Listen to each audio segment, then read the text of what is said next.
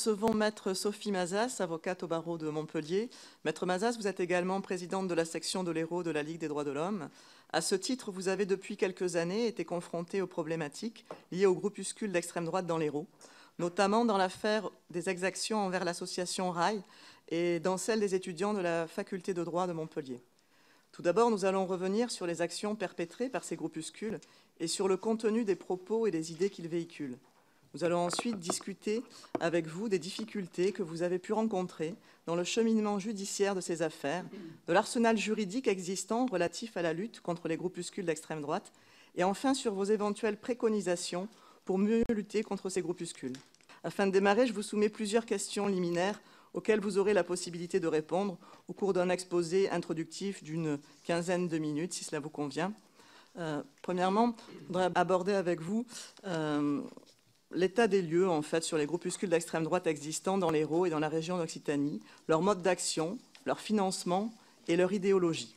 Le préfet de l'Hérault, M. Pouessel, a indiqué la présence de 8 formations groupusculaires dans le département, ayant un faible nombre d'adhérents et de faibles ressources financières, dont l'une, Combat 18, devrait faire l'objet d'une dissolution.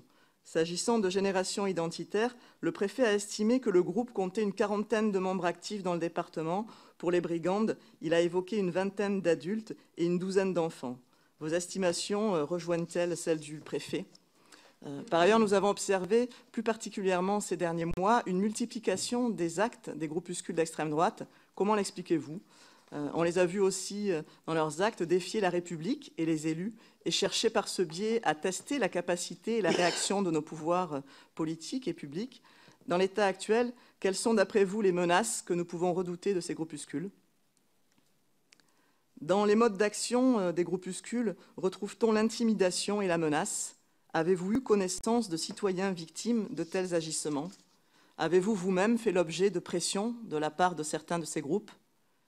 Et enfin, dans quel contentieux devant les juges judiciaires et administratifs la Ligue des droits de l'homme est-elle intervenue et intervient-elle actuellement contre ces groupuscules? Et quelles sont la nature et la motivation de ces recours? Je vous remercie. Madame la Présidente, Messieurs les membres de cette commission, donc merci déjà pour cette invitation. Je vais essayer de répondre dans ce propos liminaire sur ces interrogations. Actuellement, je suis présidente de la Fédération de l'Hérault de la Ligue des droits de l'homme et dans ce cadre, effectivement, nous avons des remontées sur l'ensemble des sections dont nous disposons. Donc, nous sommes implantés sur Saint-Pons, les Hauts-Cantons, Béziers, Sète et Montpellier.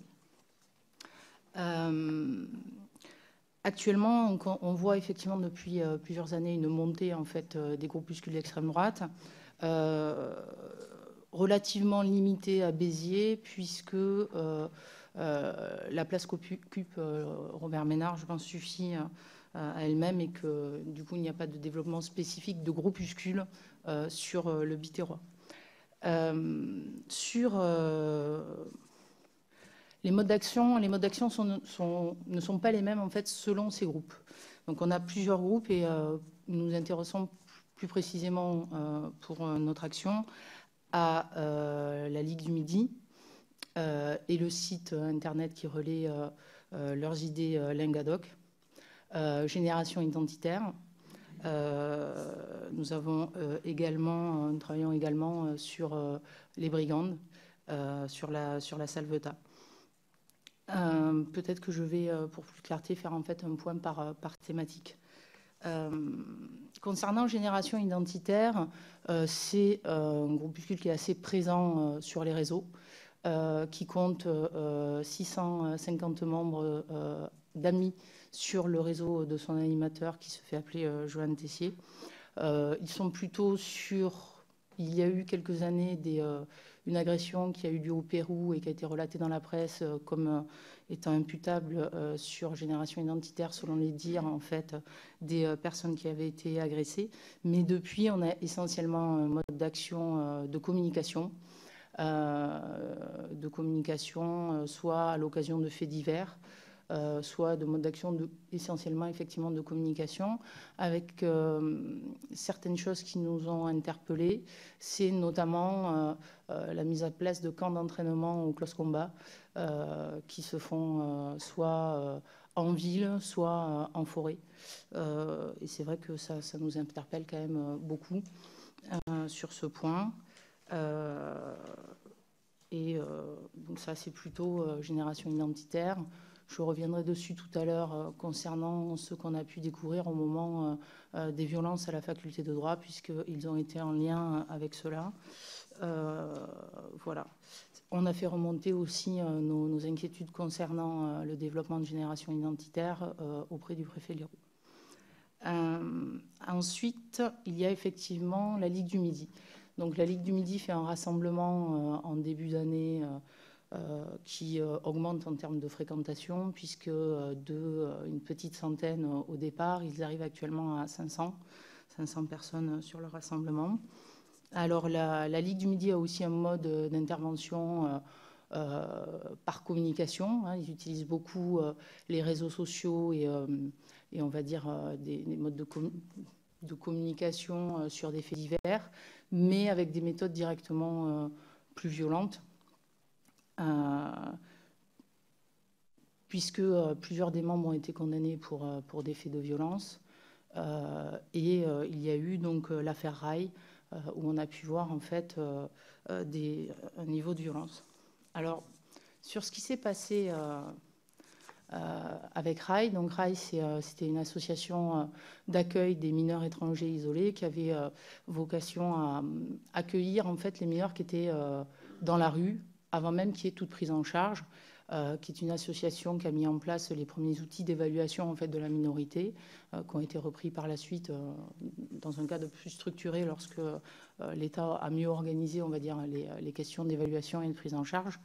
Donc leurs locaux ont été investis par la Ligue du Midi, qui s'est filmée, qui donc a dégradé les lieux, a essentiellement dispersé l'ensemble des dossiers, a invectivé les personnes sur place et les salariés de cette association. Dans ce cadre-là, des plaintes ont été déposées. Et y compris par le département qui finançait dans le cadre de la politique de l'aide sociale à l'enfance la question de la prise en charge des mineurs, y compris par les membres de l'association. Ça a conduit à une condamnation de 4 mois pour un des fils roudiers et une relaxe pour le père. Alors, ce qui est pour nous surprenant, c'est la qualification pénale qui a été retenue, puisque la qualification pénale retenue, c'est dégradation ou détérioration du bien d'autrui aggravée par 2 circonstances, et les circonstances étaient la délégation de service public. Voilà. Et c'est vrai que ce qui nous a interpellés, c'est l'absence de qualification pénale sur les faits d'incitation à la haine raciale. Notamment parce que, en même temps que ces dégradations étaient commises, la Ligue du Midi a distribué différents tracts, dont 3. Donc j'en ai un ici, et je vais vous indiquer pourquoi ça nous surprend qu'il n'y ait pas eu de poursuite sur l'incitation à la haine raciale, puisque le texte de ce tract est « Depuis bientôt 1 an, la ville de Montpellier est gangrénée par des bandes d'immigrés clandestins qui, la nuit tombée, agressent les Montpelliérains, volent à l'arraché, passage à tabac, viol au centre-ville, sur l'axe Esplanade Comédie Saint-Roch.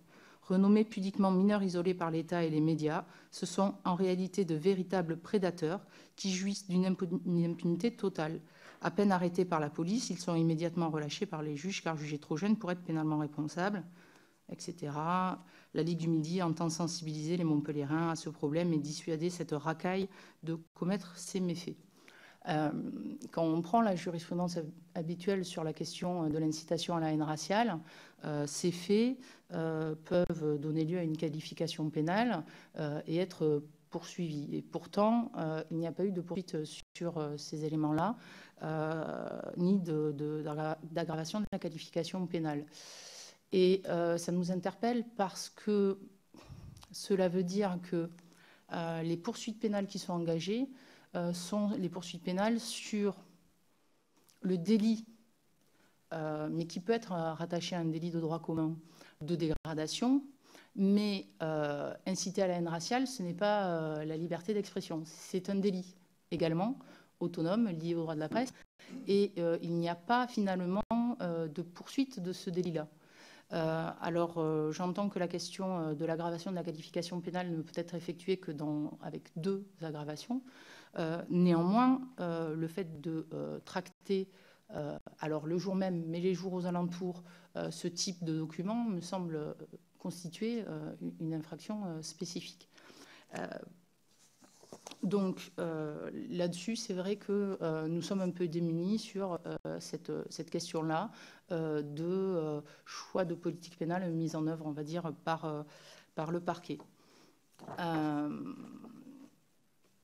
Ensuite, la Ligue du Midi, sinon, effectivement, est présente dans des manifestations et énormément aussi sur Languedoc. Et c'est vrai que c'est surprenant également que sur Languedoc persistent des articles de presse en ligne consultables qui disent, par exemple, que les dégradations qui ont été commises et pour lesquelles une sanction pénale a été arrêtée ne sont qu'une visite des locaux et une présentation favorable en fait de ces faits, et que là-dessus il n'y ait pas d'action autonome sur ces sites. Donc j'entends la difficulté concernant les poursuites sur des sites ou des supports numériques, mais c'est vrai que ce sont des sites qui insultent régulièrement, y compris des gens de cette commission, et pour lesquels il y a une absence de réaction des pouvoirs publics.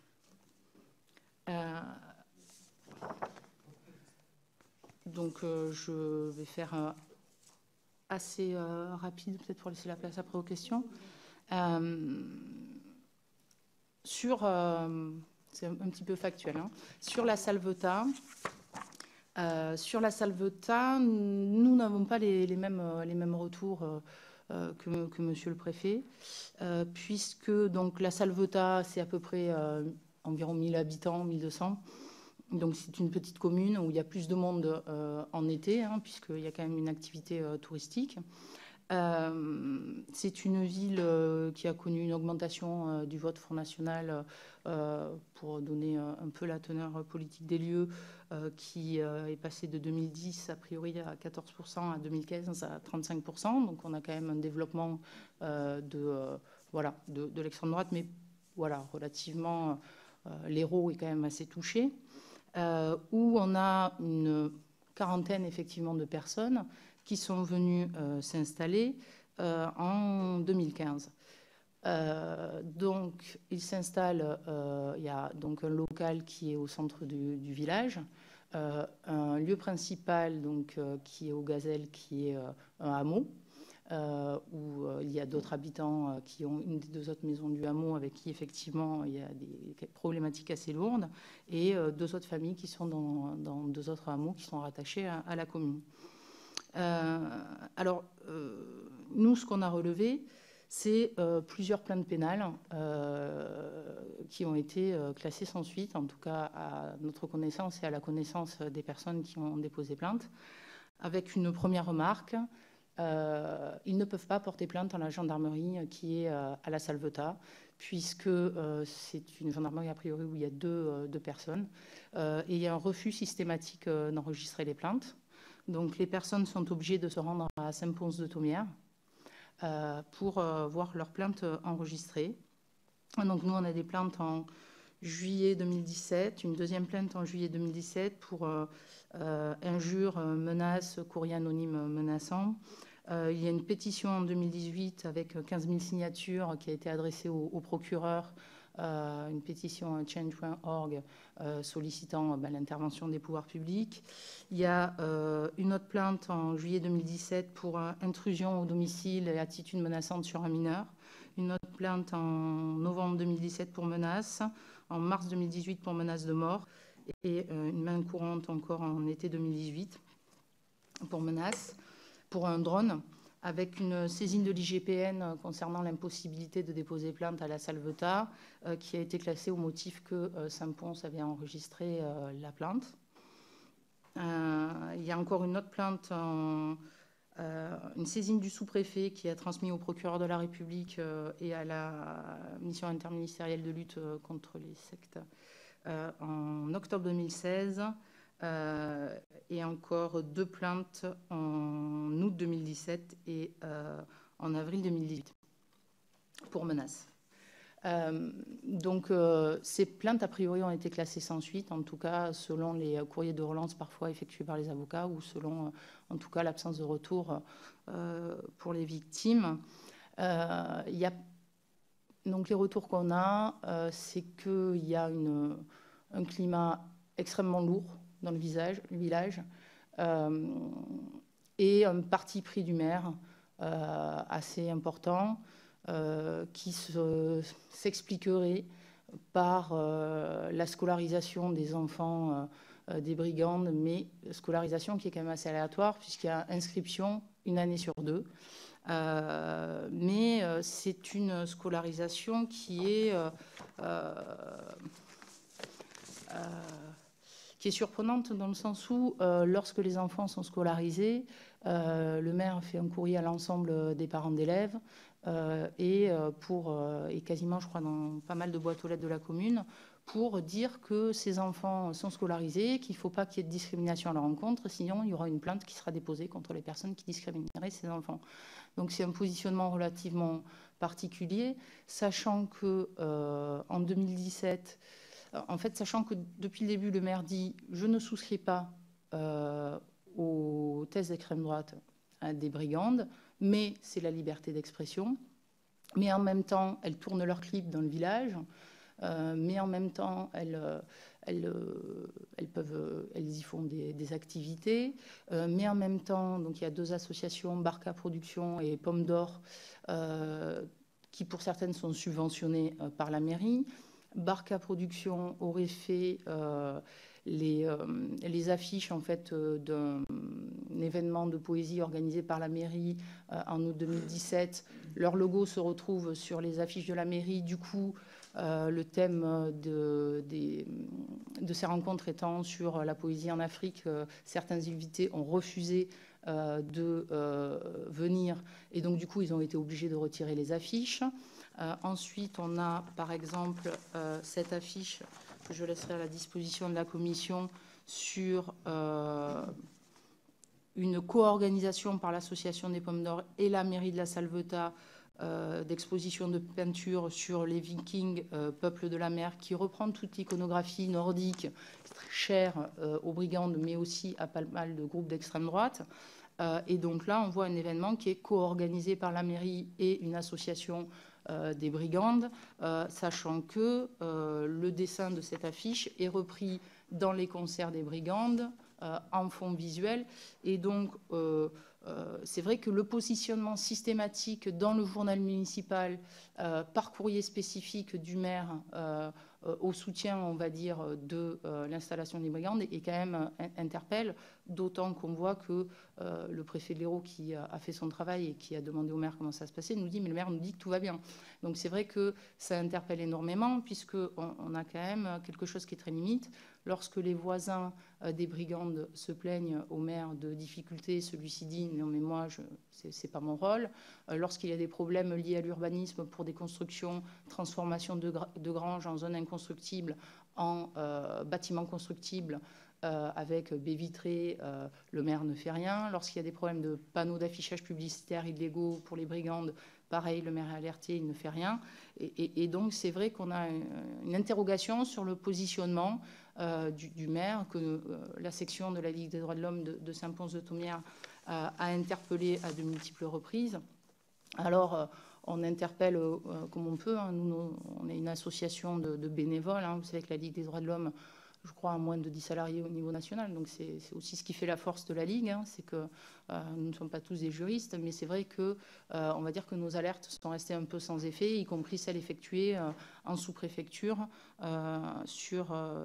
sur ces faits-là, et je tiens à disposition de la commission la copie des plaintes, en tout cas si vous désirez les consulter, sachant qu'effectivement c'est extrêmement difficile pour les personnes qui vivent sur place parce qu'elles sont confrontées à des intimidations de type dans des hameaux où il n'y a personne et où le téléphone ne passe pas, vous avez quand même des gens qui sont à demeure devant chez vous, qui ont des propos menaçants, qui accélèrent en voiture lorsque vous êtes là, qui, voilà, ce sont des menaces quotidiennes qui sont extrêmement difficiles à vivre. Et c'est vrai que la pétition sur change.org demandait l'aide de l'État. Et qui pour l'instant ne vient pas. Au mois d'août, il y a eu donc une rixe en pleine rue avec les soldats d'Odin qui étaient présents, ce qu'a rapporté effectivement le maire de l'Hérault à la Salvetat. La gendarmerie est venue, a relevé les noms. Et de ce que j'ai compris d'un courrier du maire de la Salvetat, il y avait des personnes antifascistes qui étaient là, puisqu'il y a quand même des gens qui essayent de faire des choses aussi à la Salvetat. Il y a le collectif M, il y a des ligueurs et des ligueuses qui sont là-bas. Et de ce que j'ai compris, le maire indiquerait avoir porté plainte, mais je ne sais pas si c'est contre les soldats d'Odin, les brigandes, ou si c'est contre les personnes antifascistes qui étaient là. Et une enquête préliminaire serait ouverte ou en cours de ce qu'indiquait le maire dans un courrier à ce moment-là. Ce qui nous ennuie sur les soldats d'Odin, donc effectivement il y a eu cette rencontre, mais il y a plus, puisque les soldats d'Odin en fait organisent les services d'ordre des brigandes lors de leurs concerts, et donc nous avons des photos aussi de cela, et donc il y a quand même une proximité assez importante. Donc tous ces groupes en fait coexistent dans l'Hérault, mais en fait il y a des connexions. Alors ces connexions, on a pu les voir alors au moment du procès Rail de M. Roudier père et fils, puisque les brigandes sont venues et donc soutenir, et l'ont fait publiquement. Mais il y a d'autres connexions qui se sont révélées, notamment lors des violences à la faculté de droit, puisque on a vu plusieurs types de connexions, mais suite aux violences, les étudiants ont demandé à ce que la fac ne soit rouverte que quand la garantie de leur sécurité serait assurée. Et il y a eu des étudiants proches de la Corpo droit, qui s'appelle maintenant Zélu, enfin, c'est la Corpo droit habituelle, qui sont eux venus manifester contre le blocage de l'université. Donc en fait ce n'était pas un blocage, c'était une fermeture administrative qui avait été décidée par le président de l'université. Donc les faits se sont déroulés dans la nuit du jeudi au vendredi, et l'université a été fermée jusqu'au mardi. Et donc à ce moment-là, nous avons pu constater que le service d'ordre en fait des membres de la Corpo était en fait la Ligue du Midi. Mais on a aussi vu des gens qui sont proches, en tout cas qui sont sur Facebook, des proches des générations identitaires. Et donc là, effectivement, on peut voir un début de connexion. Mais il y a autre chose qui nous a interpellés et qui là est presque plus inquiétant, c'est la tentative de penser l'extrême droite et de penser et de développer la pensée de l'extrême droite, notamment par le cercle Guillaume V. Donc le cercle Guillaume V qui ne donne pas trop d'éléments sur sa localisation, mais on peut légitimement penser que c'est un cercle qui est proche en fait de juristes, puisque un des thèmes de réflexion de ce cercle, alors il y avait des conférences sur l'épuration ethnique au moment de la guerre de Yougoslavie, il y a conférences sur les révoltés du 6 février, en référence aux putschistes d'extrême droite du 6 février 1934. Mais il y a eu aussi Carl Schmitt, un juriste dans la tourmente. Donc c'est vrai que Carl Schmitt, qui est juriste, penseur du droit constitutionnel, théoricien du droit du Troisième Reich, est un juriste qui a pensé en fait la question de la domination et de la possibilité de structurer l'organisation de la société par le droit constitutionnel sous le prisme d'un Führer qui va en fait être le seul à même en fait de garantir la stabilité sociale. C'est une pensée de la puissance hein, et non pas, on va dire, de la règle de droit. Et de voir en fait que ce cercle a des conférences de ce type et nous avons fait le lien entre ce cercle et Martial Roudier, donc de la Ligue du Midi, nous fait dire qu'il y a une intellectualisation, en tout cas une tentative d'intellectualisation de la pensée d'extrême droite et qu'il y a une connexion entre, on va dire, les gros bras de l'extrême droite, c'est-à-dire ceux qui sont en capacité de passer à une phase violente. La violence, le passage à l'acte violent étant quand même une des caractéristiques qui distinguent les groupuscules d'extrême droite de l'extrême droite. Si on prend comme typologie pour l'extrême droite quand même une caractérisation par une vision inégalitaire de la société, hein, rapidement, avec différents groupes auxquels les gens sont assignés, hein, on va dire les étrangers, les femmes, des groupes qui sont différents et qui ne peuvent pas évoluer, sur lesquels on met un rapport de domination et qui inclut le racisme, l'antisémitisme, le sexisme, le nationalisme, le traditionnalisme et l'autoritarisme. Et c'est vrai que la question de la mise en œuvre de l'autoritarisme et donc de la violence par, on va dire, on a vu que les fils Roudier ont de multiples condamnations dans ce cadre, et ce rapprochement, on va dire, de ceux qui mettent en œuvre des techniques violentes avec ceux qui pensent l'extrême droite est assez inquiétant, d'autant qu'on sait que les actions notamment des groupuscules, ne sont pas déconnectés des partis légaux, puisqu'au moment où RAI intervenait, où la Ligue du Midi intervenait dans les locaux de RAI, le Rassemblement national, qui s'appelait encore certainement le Front national, demandait en assemblée du conseil départemental la suppression des subventions à RAI. Donc on a quand même au motif, l'action de la Ligue du Midi était fondée sur les questions de subvention à RAI, et on voit en fait qu'il y a quand même une action concertée à ce moment-là. Donc on pense qu'il y a quand même des, on va dire, des ramifications, en tout cas des travails en connexion assez importants. Le cercle Guillaume V invitait en octobre 2017 le Bastion social à une conférence, et donc a fait une conférence avec le Bastion social qu'on voit en train d'essayer de s'implanter à Montpellier, puisque notamment une des figures du Bastion social, Gamin, a été vue à Montpellier, et d'autres personnes y ont également été repérées. Donc ça fait beaucoup de choses, et c'est vrai que ce qui s'est passé à la faculté de droit a été pour nous un électrochoc. Je garde en tête une discussion avec un étudiant qui était là au moment des faits, qui était dans le hall de la faculté de droit, donc il n'était pas dans l'amphithéâtre, et qui était plutôt contre le blocage de la fac et pour la réforme. Et cet étudiant, quand je parlais avec lui, il s'effondrait en larmes en fait toutes les 5 minutes. Et en fait, il m'a dit, c'est que c'était un peu cette vision de la violence pure, en fait, d'avoir été à côté de quelque chose d'extrêmement violent dans une pensée, dans quelque chose qui touche au fascisme, c'est-à-dire voir des gens cagoulés, armés, qui tapaient au sol pour faire du bruit, rentrer, frapper des étudiants, tout ça sous ce qu'il m'a dit, à confirmer selon ce qui sera rendu comme décision de justice, mais on a quand même une sanction disciplinaire qui a acté en tout cas le côté factuel des choses. Cela sous le regard en fait du corps professoral qui n'intervient pas, et donc une espèce de violence, parce que pour ce juriste, enfin je pense pour tout juriste, quand vous grandissez dans l'idée d'un état de droit, tout ça fait partie du passé, Et voir cette résurgence a été d'une violence extrême pour cette personne.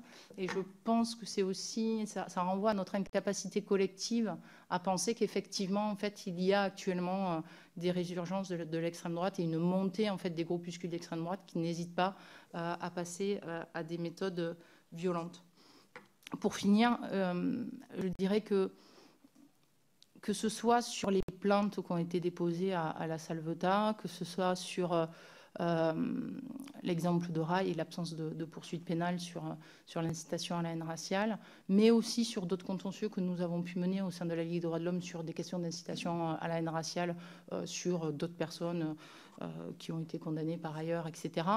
Il y a une réelle difficulté à ce que le parquet engage des poursuites.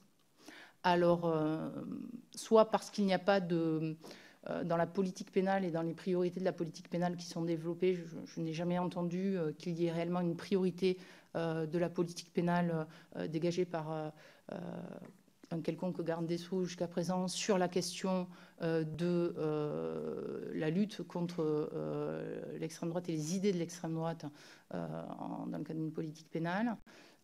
Peut-être aussi une question de formation, puisqu'on a pu voir quand même de grosses difficultés dans la question de la qualification juridique au niveau des poursuites par le parquet, sur une matière qui est extrêmement technique, sachant que, bon, vous connaissez mieux que moi la question du budget de la justice et du manque de moyens chroniques de la justice, qui, je veux dire, existe très clairement sur le parquet, sur les moyens qui sont donnés pour effectuer les missions de service public. Une question de formation. Je sais que les magistrats ont, je crois, 5 heures de formation par an. Nous-mêmes, en tant qu'avocats, nous en avons 20.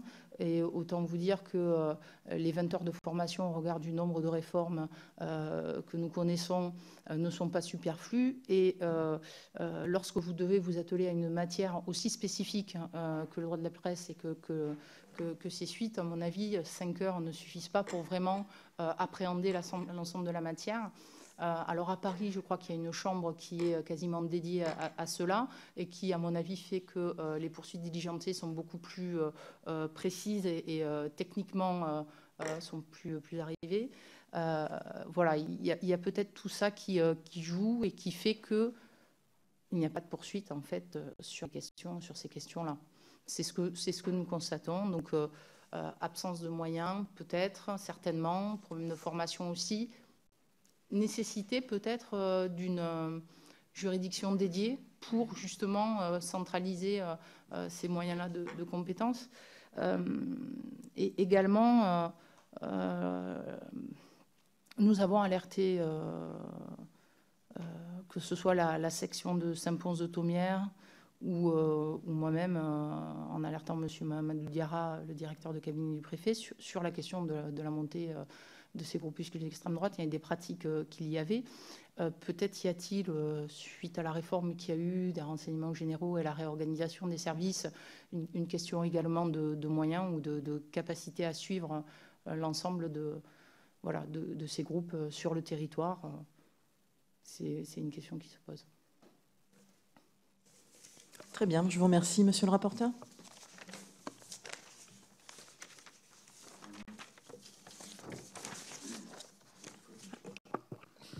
Merci Madame la Présidente. J'aurais aimé savoir comment la Ligue des droits de l'homme conçoit-elle sa stratégie de prévention et de lutte contre les activités haineuses, voire violentes de ces groupuscules.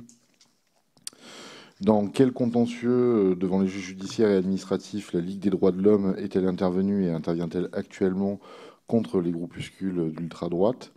Quelles sont la nature de la motivation de ces recours, s'il vous plaît?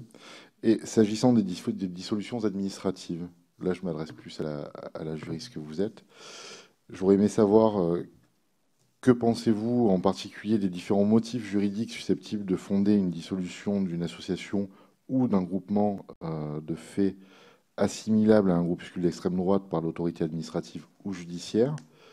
Pensez-vous qu'une évolution de la liste prévue à l'article L212-1 du Code de la sécurité intérieure soit nécessaire?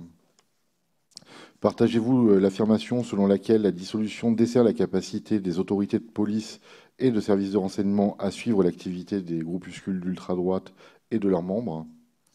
Et enfin, le directeur des libertés publiques et des affaires juridiques du ministère de l'Intérieur a indiqué qu'il était difficile d'imputer à une association ou un groupement de fait les agissements individuels qui permettraient de dissoudre. Pensez-vous qu'il soit souhaitable de faciliter l'imputabilité d'agissements de membres d'une association ou d'un groupement de fait à l'association ou au groupement? Comment peut-on l'envisager? Et que pensez-vous du régime de dissolution judiciaire? Je vous remercie.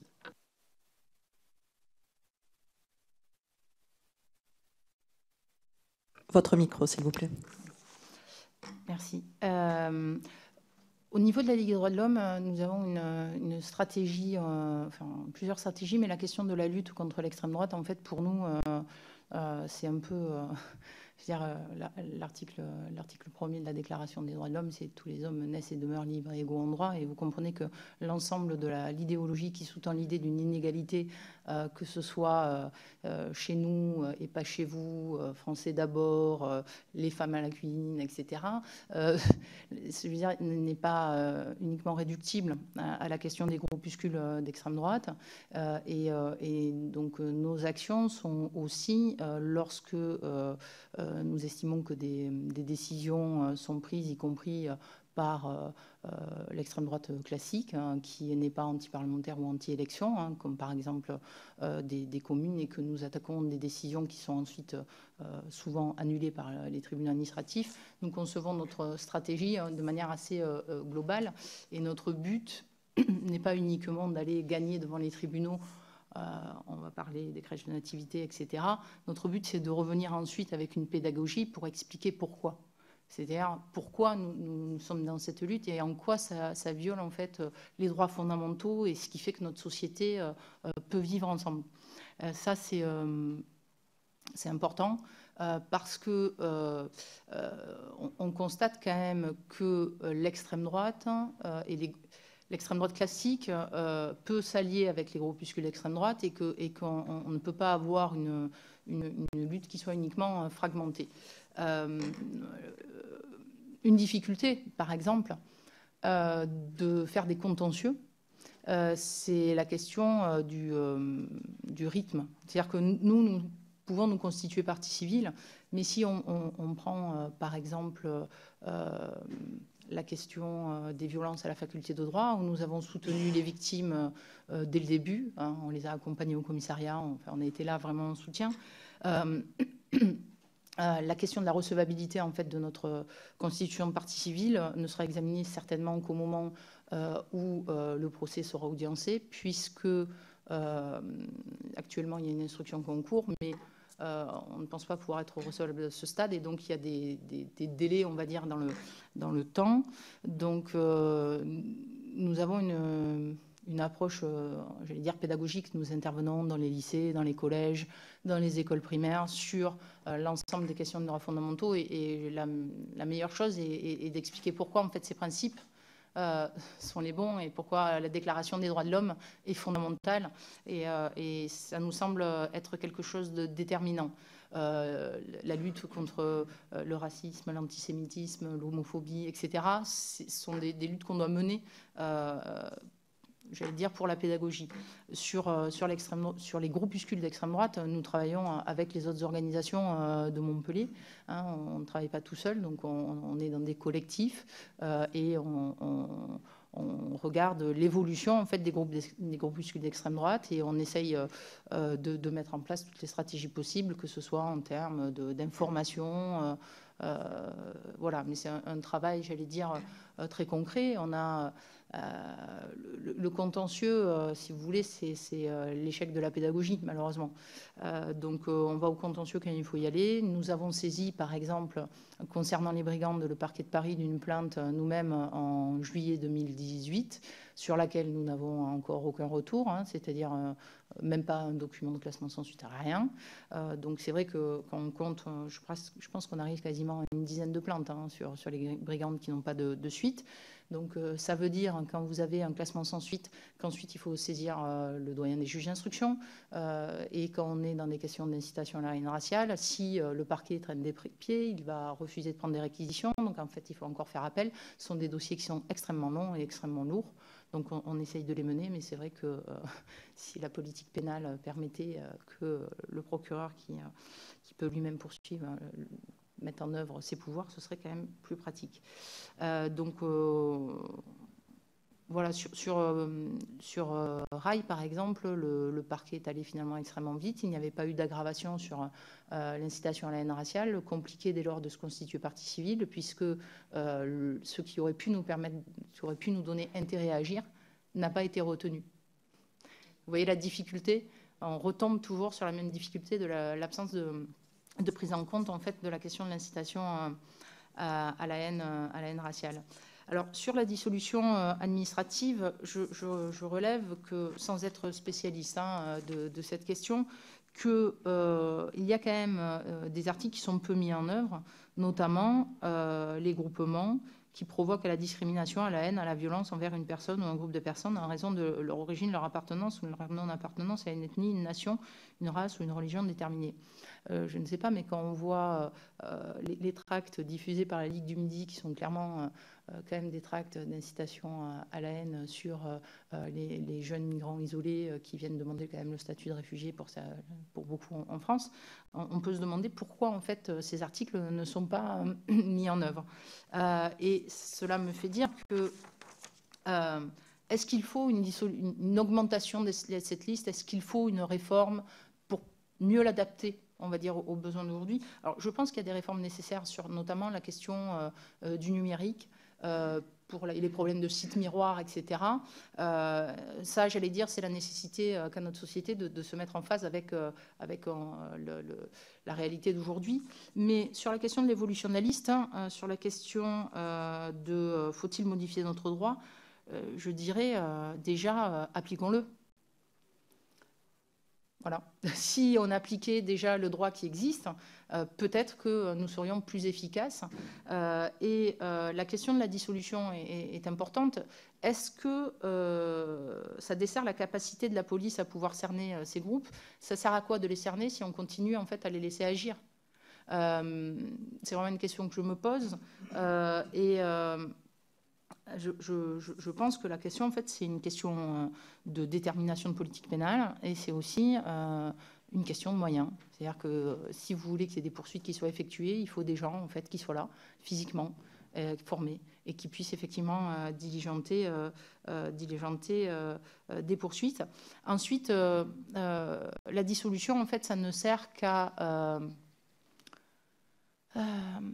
qu'au moment où c'est trop tard pour faire autre chose.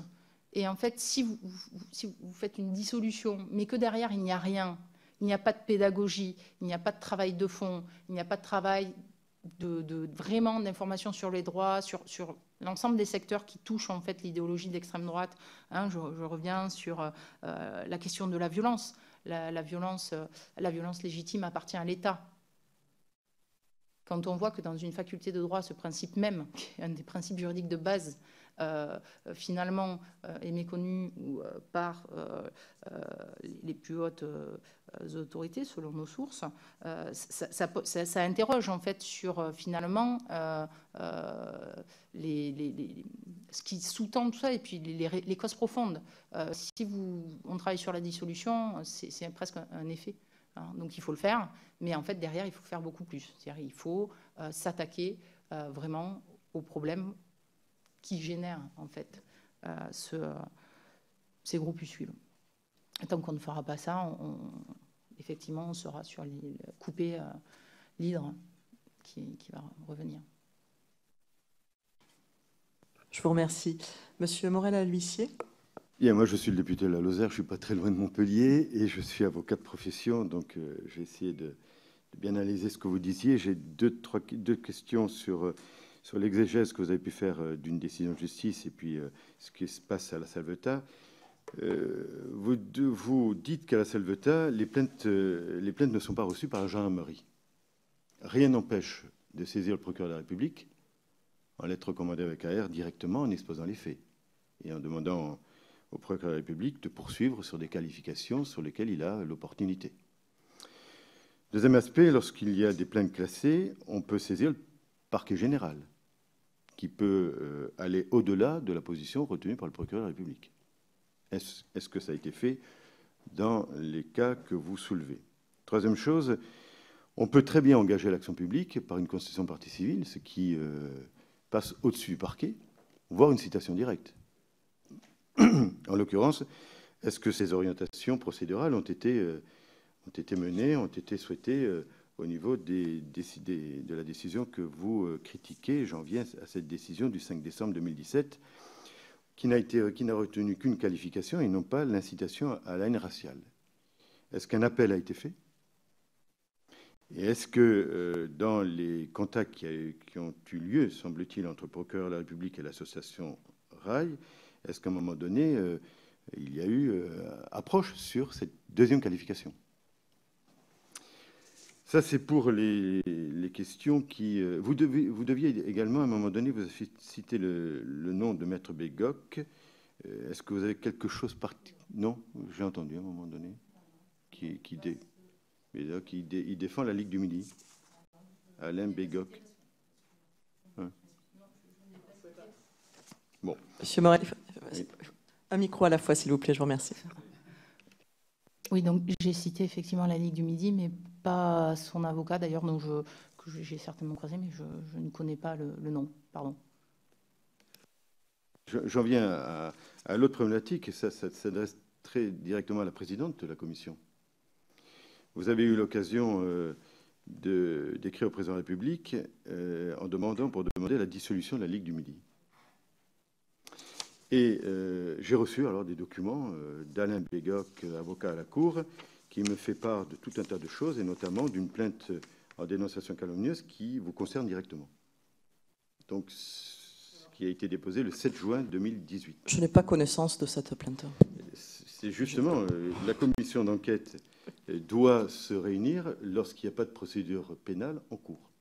Donc je pose la question aujourd'hui. Je ne sais pas si cette plainte est... D'abord, vous me l'apprenez. Donc voilà, je n'étais pas au courant. Je ne sais pas... Voilà, alors je ne sais pas, vous me l'apprenez. Donc je pense qu'on m'aurait informé quand même si j'avais été... Enfin, je pense que c'est la procédure. Est-ce qu'elle a été classée sans suite? Est-ce qu'elle a été jugée recevable? Je pense qu'elle a été jugée irrecevable, parce que je pense que vous n'auriez pas été le seul à intervenir. Et puis je pense que quand même on m'aurait informé. On est quand même dans un état de droit où il y a quand même un peu de droit pour les gens aussi. Oui, mais toujours est-il que moi... Bon, donc je ne suis pas au courant, vous me l'apprenez. Bon. Et je pense que si elle avait été jugée recevable, j'aurais été informé et au courant.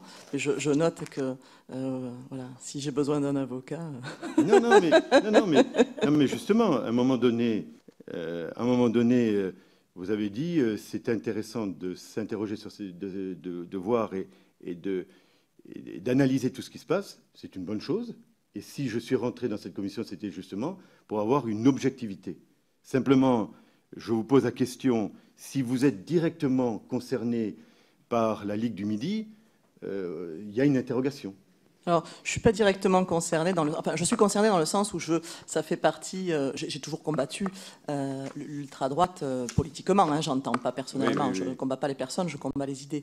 Et effectivement, je suis la cible d'attaque, mais comme beaucoup d'autres gens, ce qui ne m'empêche pas de dormir, hein, je vous le dis. Et je n'ai pas de... Voilà, l'objet, c'est pas celui-là pour moi. Il n'y a rien de personnel pour moi dans ça. Il y a une problématique politique et une multiplication des actes.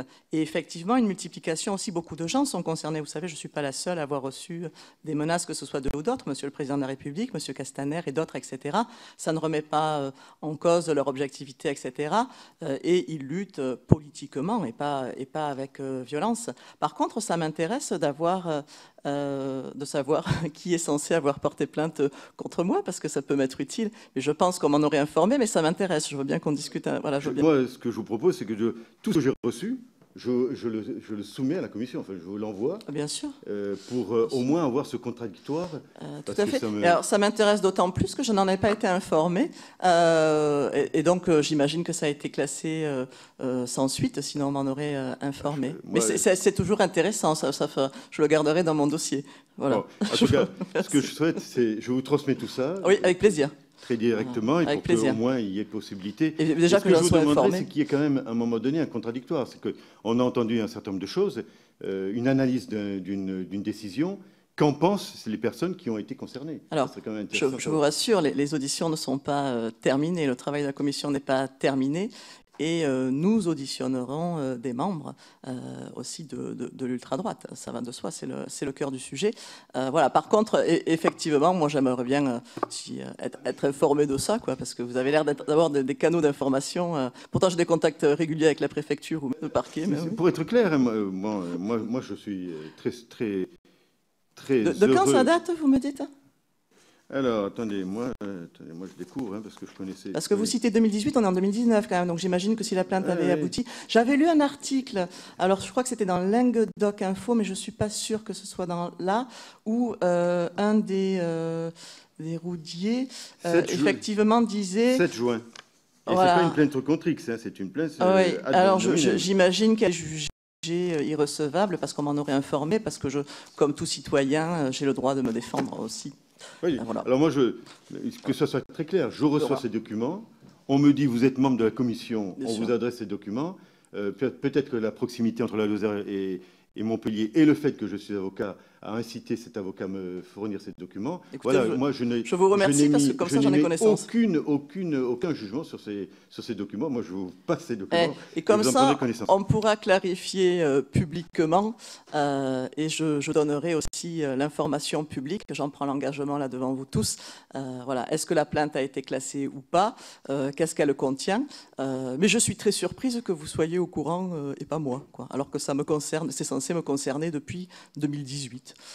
Voilà. Donc. Vous êtes au courant aujourd'hui, mais en plus, vous aurez tous les documents qui voilà. m'ont été remis. Écoutez, je vous remercie. Je vous prendrai peut-être comme avocat. Voilà. Mais par contre, voilà, il faut... moi, je veux savoir, vous me le dites là publiquement et vous me l'apprenez. Je ne sais pas quel est le délai, d'ailleurs. Peut-être vous pourrez, Maître Mazas, nous donner, voilà, quand quelqu'un porte plainte. C'est au bon vouloir du juge. Mais on est informé quand même, non? Je ne suis pas pénaliste, hein, mais non, en tout cas, pour les personnes qui sont à Salvetat, elles ne sont pas informées. Elles ne sont pas informées et je relève que je suis aussi avocat et au barreau de Montpellier, mais pour autant, cette information ne m'est pas parvenue. Très curieux. D'après l'article de, je crois que c'était Languedoc, mais je suis pas sûre que c'était celui-là. Oui, il y avait, c'était le Roudier qui disait voilà. Mais comme je vous avoue qu'il me menace de mort. D'ailleurs, j'ai jamais, voilà, sur Internet régulièrement. Et vous voyez, je suis bonne joueuse. J'ai pas encore porté plainte. Vous voyez, moi pour l'instant. Mais vous me donnez une idée. Voilà. Et c'est assez régulier. D'ailleurs, je suis surnommée, alors soit Sœur Muriel, soit Miss Goulag. Donc c'est des gens qui me vouent une affection, vous voyez, particulière. Et vous voyez, je leur en tiens pas rigueur plus que ça. Mais ça ne changera pas ma feuille de route de mon combat politique, parce que je juge leur méthode et ce qu'ils font, et à la République d'ailleurs, et aux citoyens, absolument inacceptable. Voilà. Alors après, ça leur ferait peut-être un peu de pub d'attaquer quelqu'un, hein, ce ne sera pas la première fois. Voilà. Écoute, je vous remercie pour cette information. Je vous prie de croire que si d'abord, j'informerai les gens de ce qui se passera après, et je compte bien me défendre si c'est avéré, voire porter plainte moi-même. J'ai quelques motifs aussi pour le faire. Je vous remercie. Madame Victory. Par rapport donc à Montpellier et sa région, il me semble que sur Montpellier, il y a une communauté gitane assez importante. Et dans les écoles et petite communauté du moins qui existe. Et je me demandais si cette communauté précisément avait été ciblée par les groupuscules avec des provocations à la haine raciale, etc. Enfin, s'il y a eu des actions particulières sur cette communauté qui me semble existe sur Montpellier. Voilà, c'était cette simple question. Non, alors à ma connaissance, non. C'est non, pas à ma connaissance. Non. Oui, écoutez, c'est déjà pas mal. Alors,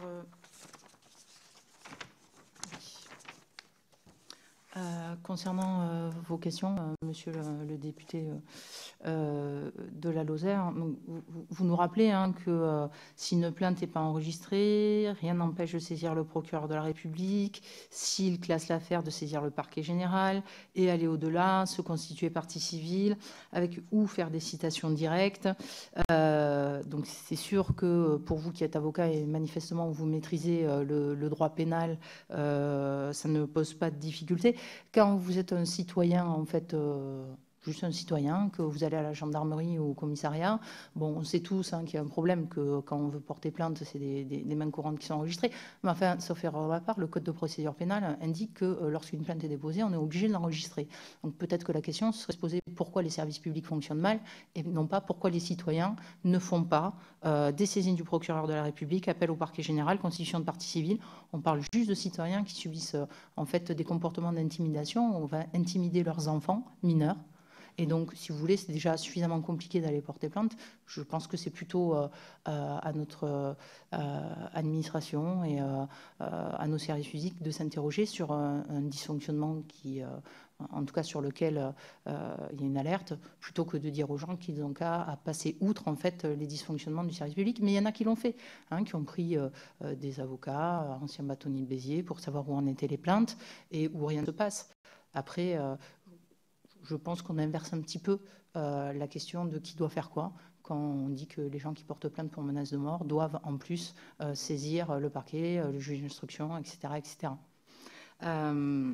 Sur la question de la décision dans le dossier Rail, il y a un appel effectivement qui est en cours. Sur la question de la qualification pénale, vous êtes mieux placé que moi, je pense, pour savoir que dès lors que le parquet poursuit, il est maître en fait de la qualification pénale et que dans ce dossier, les plaintes ont été déposées avec certaines qualifications.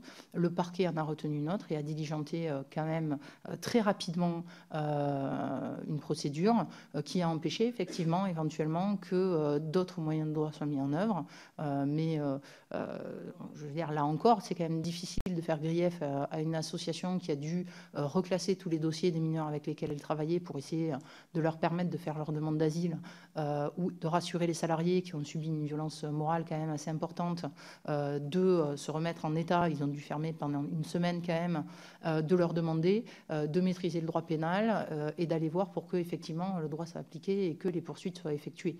Je pense là encore que les victimes en fait ont le droit de pouvoir se prévaloir en fait du fonctionnement d'un service public efficient et efficace et non pas leur dire vous n'avez pas porté plainte correctement ou les qualifications retenues par le parquet ne vous conviennent pas, vous auriez dû faire autrement. Voilà sur ces questions-là.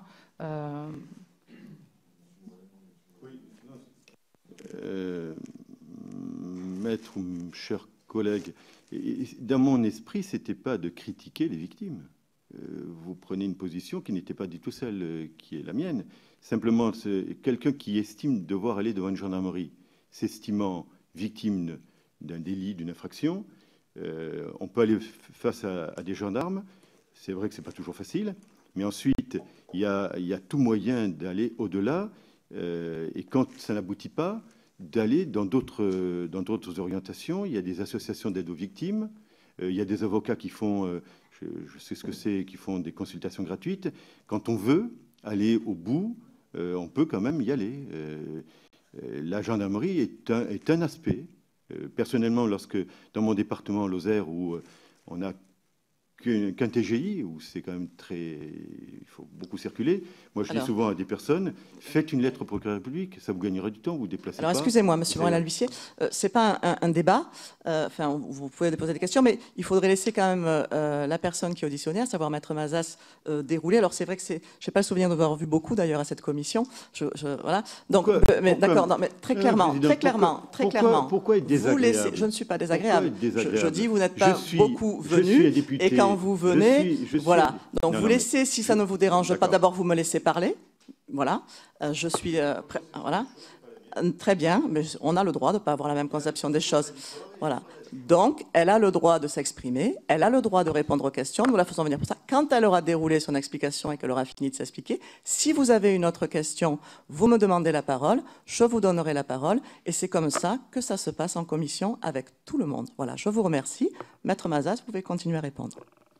Donc, il y a eu des plaintes directement entre les mains du procureur de la République qui ont été adressées en courrier recommandé accusé réception. Et il y en a eu plusieurs. Il y en a eu plusieurs des habitants, mais également de la Ligue des droits de l'homme.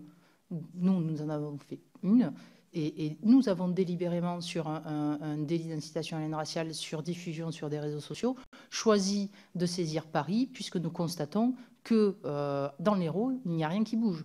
Donc nous avons choisi, nous pouvons le faire, puisque nous sommes sur un délit sur l'ensemble du territoire du fait de la diffusion, choisir ce parquet-là, c'est toujours sans suite, mais je veux dire, il y a eu plusieurs saisines du procureur, directement. Donc je pense que, si vous voulez, ce n'est pas la faute des personnes qui portent plainte s'il n'y a pas de poursuite. Je pense vraiment, et je reviens sur ce que je disais tout à l'heure, puisque je crois que ce que vous nous demandez, c'est notre analyse. Mon analyse, c'est que s'il n'y a pas de poursuite, c'est très certainement parce qu'il y a un manque de moyens pour avoir fait moi-même l'objet de menaces de mort et avoir saisi le procureur de la République à Montpellier. Il m'a expliqué qu'avec 80 000 plaintes par an, si vous voulez, c'est quand même compliqué. Je pense que dans le ressort du tribunal de grande instance de Béziers, c'est pareil. Donc, concrètement, il y a deux difficultés différentes, me semble-t-il. Une première qui a trait au fait qu'il n'est pas possible de déposer plainte à la Salvetat. Je pense que c'est un problème. Je pense que nos textes imposent de prendre une plainte. Alors, effectivement, les gens n'ont qu'à se déplacer à Saint-Pons-de-Thomières, mais ça, quand même, ça impose de se déplacer. Ça veut dire que la gendarmerie, localement, refuse d'enregistrer les plaintes. Donc, quand il y a un problème sur la place publique, comme cet été, avec les brigandes, il y a quand même un questionnement qui se pose sur le positionnement aussi de ce service public. Donc, je pense que c'est un problème. Et ensuite, la deuxième question, qui sont les questions des poursuites judiciaires, me semble ressortir, ce que je disais tout à l'heure, là, d'une question de politique pénale, de quelles sont les priorités de la politique pénale, et d'une question de moyens, mais aussi, comme je le disais tout à l'heure, de formation, puisque, vous le savez très certainement, et la Commission le sait très certainement aussi, on est dans le cadre de délits qui sont très techniques, et pour lesquels il faut quand même choisir les bons fondements juridiques avec des délais particuliers, et où donc il y a une technicité qui n'est peut-être pas maîtrisée par l'ensemble en fait des parquets qui ont quand même un champ extrêmement large de compétences à avoir. Et c'est pour ça que je disais tout à l'heure que soit des formations spécifiques ou des délégations spécifiques ou des spécialités organisées pour la justice dans ces questions d'incitation à la haine raciale me semblerait en fait quelque chose d'important si on veut vraiment en fait poursuivre et non pas rester sur uniquement les délits classiques matériels. On a brisé quelque chose, on a investi un lieu, mais le délit qui est derrière et qui est présent d'incitation à la haine raciale et qui est particulièrement grave, me semble-t-il. Je pense que j'ai répondu. Je vous remercie. Monsieur le rapporteur ? Votre micro, merci. Moi, j'aurais une dernière question parce que je ne connais pas très bien la situation géographique quand vous nous dites qu'on est obligé de se déplacer pour pouvoir porter plainte. Je ne sais pas ce que doivent faire les habitants de la Salvetat pour aller porter plainte dans un autre village, parce que voilà. Donc merci d'éclairer la commission sur la géographie un peu.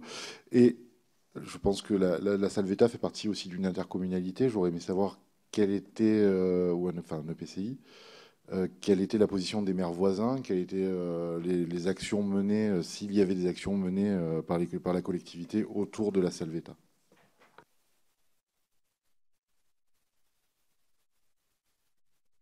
Alors, je ne suis pas sûre que la Salvetat soit dans le cadre d'une intercommunalité. Ça me parle pas.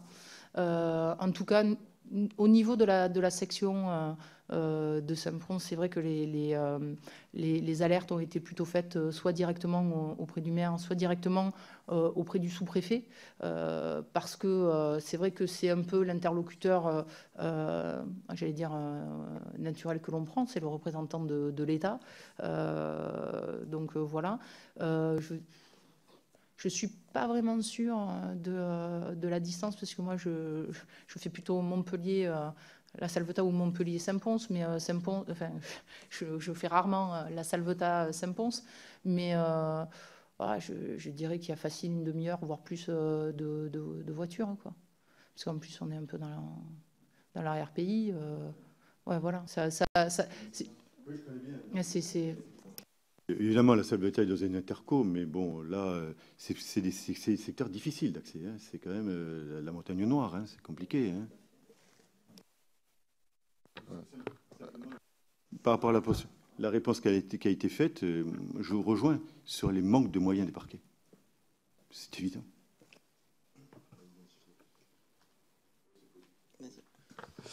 Donc, pour répondre à votre question, donc elle fait bien partie d'une intercommunalité qui s'appelle la communauté de communes des monts de Laconne et de la montagne du Haut-Languedoc. Voilà, pour éclairer nos débats. Ceci dit, ça soulève aussi la question effectivement de la formation et comment on reçoit les victimes, que ce soit les victimes de l'ultra-droite, mais on le voit bien plus aussi communément pour tous ceux qui sont victimes de violences, notamment de violences conjugales, etc. Je pense au viol, je pense à plein d'autres choses où on sait que aller porter plainte n'est pas quelque chose de facile. Il y a beaucoup de mécanismes qui se mettent en œuvre. Voilà. Je vous remercie. Je vous en prie. Oui, je voudrais juste rajouter une chose sur les brigandes. Je me suis cantonnée à l'aspect politique. Néanmoins, il y a un autre aspect, vous le savez certainement, les brigandes est suivies sur la question en fait d'une dérive sectaire. Et c'est vrai que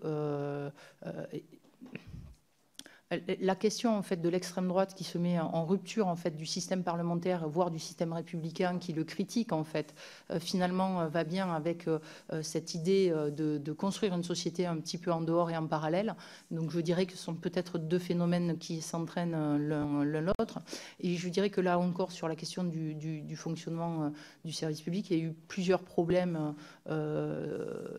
liés notamment à la question de la scolarisation des enfants, de livres brûlés, d'enfants du village qui se font attraper, raser la tête, etc. Donc il y a quand même des problématiques liées à l'aspect sectaire. Et la question qui se pose, en tout cas que nous nous posons, et nous ne sommes pas les seuls puisque d'autres habitants se la posent, c'est que lorsqu'on est dans le cadre d'une scolarisation à domicile, normalement, le rectorat a une mission en fait, de suivi de la réalité de l'instruction qui est donnée à domicile.